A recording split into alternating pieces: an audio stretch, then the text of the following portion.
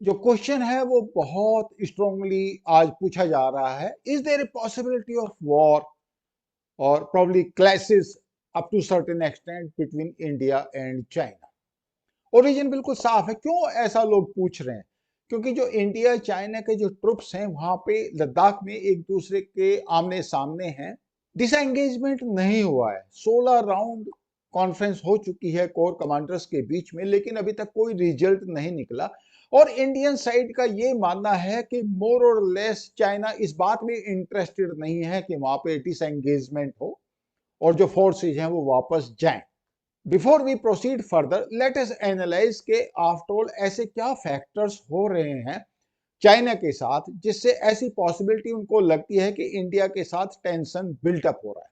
Of course हमारे जो foreign minister है उन्होंने भी स्टेटमेंट दिया है कि जो गलवान क्लैश के बाद से सिचुएशन में कोई खास इंप्रूवमेंट नहीं आया। 16 राउंड की जो कॉन्फ्रेंस हो चुकी है कोर कमांडर के बीच में, उसका भी कोई नतीजा नहीं निकला। लेकिन ये फैक्टर जरा हम देख लें इंटरनेशनल लेवल पे हुआ क्या क्या है और चाइना के साथ इंटरनली और एक्सटर्नली क्या हो रहा है।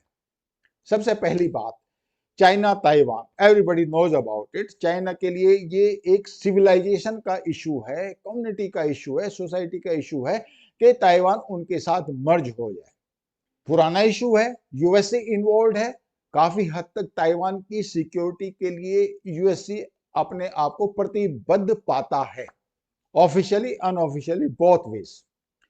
नैन्सी पेलोसी की विजिट चाइना के लिए एक सॉलिड एम्बेरसमेंट। चाइना ने पूरी कोशिश कर ली कि वो ताइवान ना जाए, मगर वो ताइवान गई, बोल्डली गई, चाइना की आंखों में देखा। एक तरीके से चाइना को ये एहसास करा दिया कि if you got the guts you fight with us. All said and done, it was basically US administration sponsored visit. It was not like कि वो अपनी मर्जी से वहां पे चली गई, क्योंकि वो स्पीकर है वहां की, जो लोअर हाउस है उसकी वो स्पीकर है, तो CJ important, third in the hierarchy. तो वो वहां पे गई, चाइना को ठेंगा दिखाया और उसके बाद वो वापस चली गई। चाइना कुछ नहीं कर पाया इंस्पायर्ड ऑफ द फैक्ट कि उन्होंने बहुत कुछ शोर मचाया। Nothing they could do. जब वो चली गई उसके बाद मिसाइल फायर कर रहे हैं, बेसिकली अपने डोमेस्टिक ऑडियंस को ये दिखाने के लिए कि लुक, हमने ताइवान को डरा दिया। Obviously it is not going to carry any traction with the world.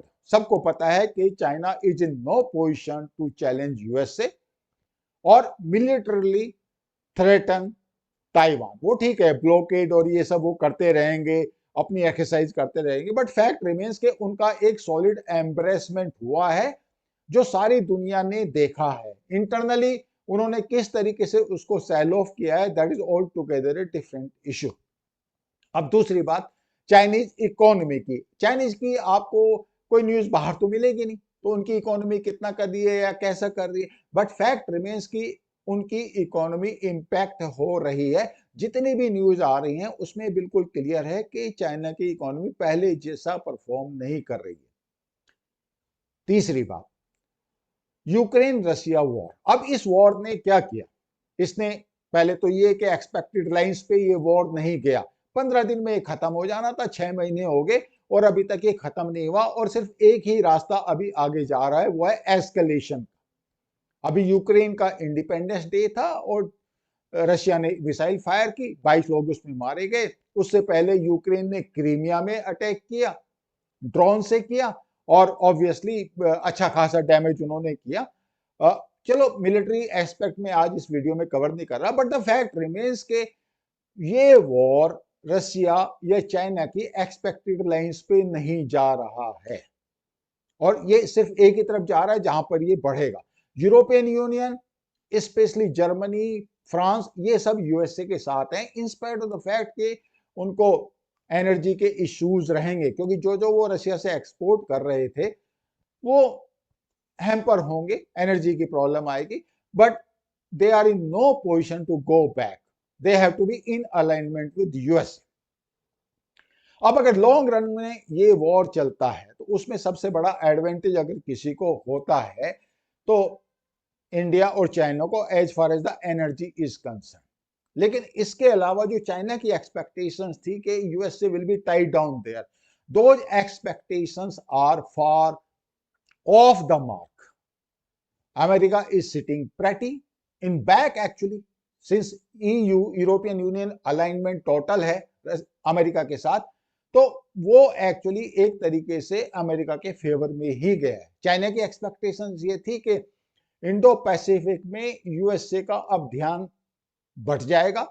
It will be in no position to pay any attention to Quad or Indo-Pacific Ocean, या South China Sea for that matter, या East China Sea। और ये वाला जो area है ये basically Chinese dominated हो जाएगा, because China is going to be next super power. अगर आप चाइनीज सोसाइटी में एक्सपेक्टेशंस देखें जैसा जो रिपोर्ट आ रही है, तो उसमें they are treating themselves at par with super powers, no doubt about that. लेकिन अब जब ये ताइवान का एम्बेरसमेंट हुआ है शी जिनपिंग को, कंट्री का एक एम्बेरसमेंट है, जो आपका सुप्रीम लीडर है उसका एम्बेरसमेंट वो और भी बुरा है। और सुप्रीम लीडर ने क्या किया हुआ है, एक लार्जर देन लाइफ इमेज अपनी क्रिएट की हुई है। और यही प्रॉब्लम होती है जब आप डिक्टेटरशिप की तरफ जाते हो। हालांकि वहां पे तो कम्युनिस्ट पार्टी ऑफ चाइना की डिक्टेटरशिप आप कह सकते हो, मगर उसमें भी एक लीडर है Xi Jinping.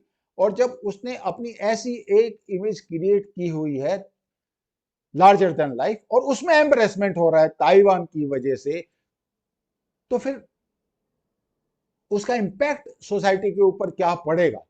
Communist party of China की जो वर्किंग है, उस वर्किंग में ये बिल्कुल क्लियर है कि अगर कोई लीडर फेल होता है तो उसको वो रिप्लेस करते हैं। It is a ruthless exercise. तो ऑब्वियसली शी जिनपिंग को अगर आज नहीं तो कल तो प्रॉब्लम होनी ही है, अगर ऐसे ही एम्बेरसमेंट होता रहा जैसे ताइवान में हुआ। अब चाइना के पास ये पॉसिबिलिटी नहीं है, ना उनकी मिलिट्री कैपेबिलिटी है कि किसी न किसी तरीके से वो ताइवान को अपने साथ अलाइन कर दे। जब ये पॉसिबिलिटी निकल गई तो अब चाइना अपने आप को कैसे प्रोजेक्ट करे कि it is going to be next super power, and people all around the globe they listen to it. China sea, east China sea, Indo Pacific, वहां पे क्या कोई ऐसी पॉसिबिलिटी है जहां चाइना ये शो कर सके कि yes I am the boss? Possibility है नहीं अभी, as of now it is not there. तो फिर कहां उसके लिए एक पॉसिबिलिटी बनती है, और जहां पे प्रोबेबली फैक्टर्स उसको सपोर्ट कर सकते हैं, तो वो फैक्टर बनते हैं India China relationships. Ladakh is one way to look at it. There is Arunachal Pradesh, there is Siliguri corridor.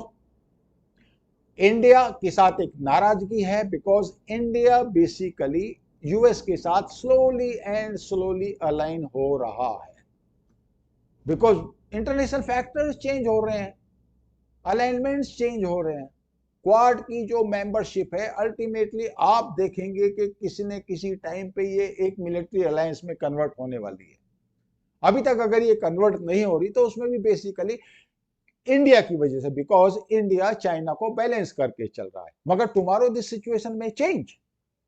China की ये स्ट्रॉन्ग डिजायर है कि India should not behave as if it is the outpost of USA in this reason.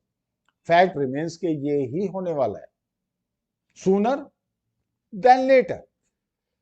अब China को अगर अपने आप को प्रोजेक्ट करना है, और इंटरनल ऑडियंस जो उसका है, जो चाइनीज सोसाइटी है, वहां पे भी कम्युनिस्ट पार्टी ऑफ चाइना को अपनी एक स्टैंडिंग रखनी है, जो उनका एक सोशल कॉन्ट्रैक्ट है कि yes we are going to give you prosperity, we are going to make you super power, life style आपका चेंज होगा।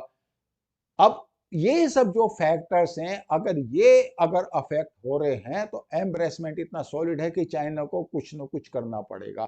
और वो अपॉर्चुनिटी उसको कहां मिल सकती है? Ladakh is one.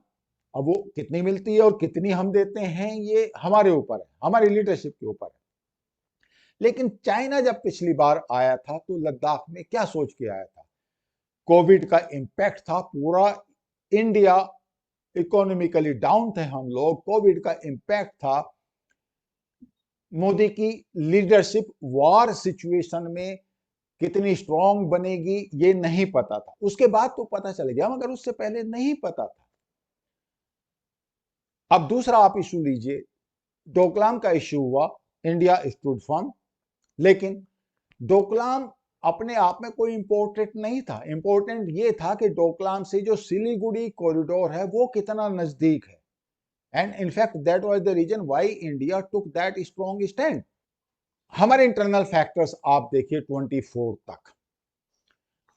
Farmers agitation खत्म हुआ, दूसरा फार्मर्स एजिटेशन शुरू होने के लिए तैयार है। एंटी सीएए खत्म हुआ, आपको समझ में नहीं आएगा कि दोबारा कब शुरू हो जाने वाला है।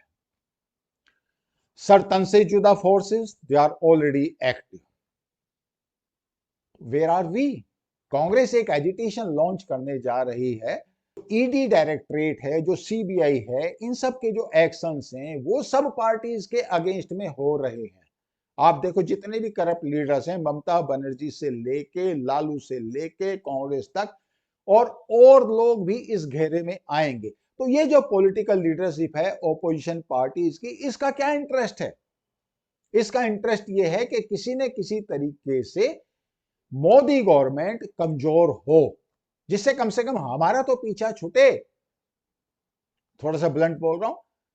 अब इनका जो इंटरेस्ट है मोदी गवर्नमेंट को वीक करने में, बिल्कुल वो ही इंटरेस्ट आपको चाइना का नजर आता है। अगर बाई एनी चांस अगले इलेक्शन से पहले चाइना एक ऐसा मिस एडवेंचर करता है जिसकी वजह से मोदी गवर्नमेंट का या हमारी नेशनल गवर्नमेंट का एम्बेरसमेंट होता है, तो आप क्या सोचते हैं? जो गवर्नमेंट एक नेशनलिस्ट प्लेटफॉर्म पे खड़ी है, मोदी गवर्नमेंट की मैं बात कर रहा हूं, और वो अगर चाइना के साथ एक डोसाइल से प्लेटफॉर्म पे आ जाती है या फिर मिलिटरीली लूज कर जाती है, तो can it win the election? No, it will not. साथ में एक और भी चाइना को एडवांटेज उसमें होता है। वो एडवांटेज क्या होता है कि जो चाइना की सोसाइटी है वो एक हाइपर नेशनलिस्ट सोसाइटी है इस टाइम पे। हमारी अगर नेशनलिस्ट है तो उनकी हाइपर नेशनलिस्ट है, और ये एक बड़ा डेंजरस ट्रेंड है। जो हाइपर नेशनलिस्ट सोसाइटी है वो भी सेटिस्फाई हो जाएगी कि लुक, ताइवान की तरफ इनका एम्बरेसमेंट हुआ, इंडो पैसिफिक में ये डोमिनेट नहीं करने वाले हैं, कम से कम इन्होंने इंडिया को तो सॉर्ट आउट कर दिया फॉर द टाइम बिंग। और फिर एक ऐसी गवर्नमेंट यहां पे आ जाए इलेक्शन के थ्रू जो कि चाइना के प्रति काफी एमेनेबल हो, डोसाइल हो, सबजुगेटेड हो, नेशनलिस्ट ना हो, सो कॉल्ड सेकुलर हो और सो कॉल्ड लिबरल हो। तो ये पॉसिबिलिटी आपको लग रही है? तो हमारी जो इंटरनल फोर्सेस हैं और चाइना का जो इंटरेस्ट है, एक्सटर्नल इंटरेस्ट विसेविस इंडिया, और उसका जो इंटरनल इंटरेस्ट है कि किसी तरीके से अपनी हाइपर नेशनलिस्ट सोसाइटी को वो सेटिस्फाई रखे before they start questioning the larger than life image of Xi Jinping.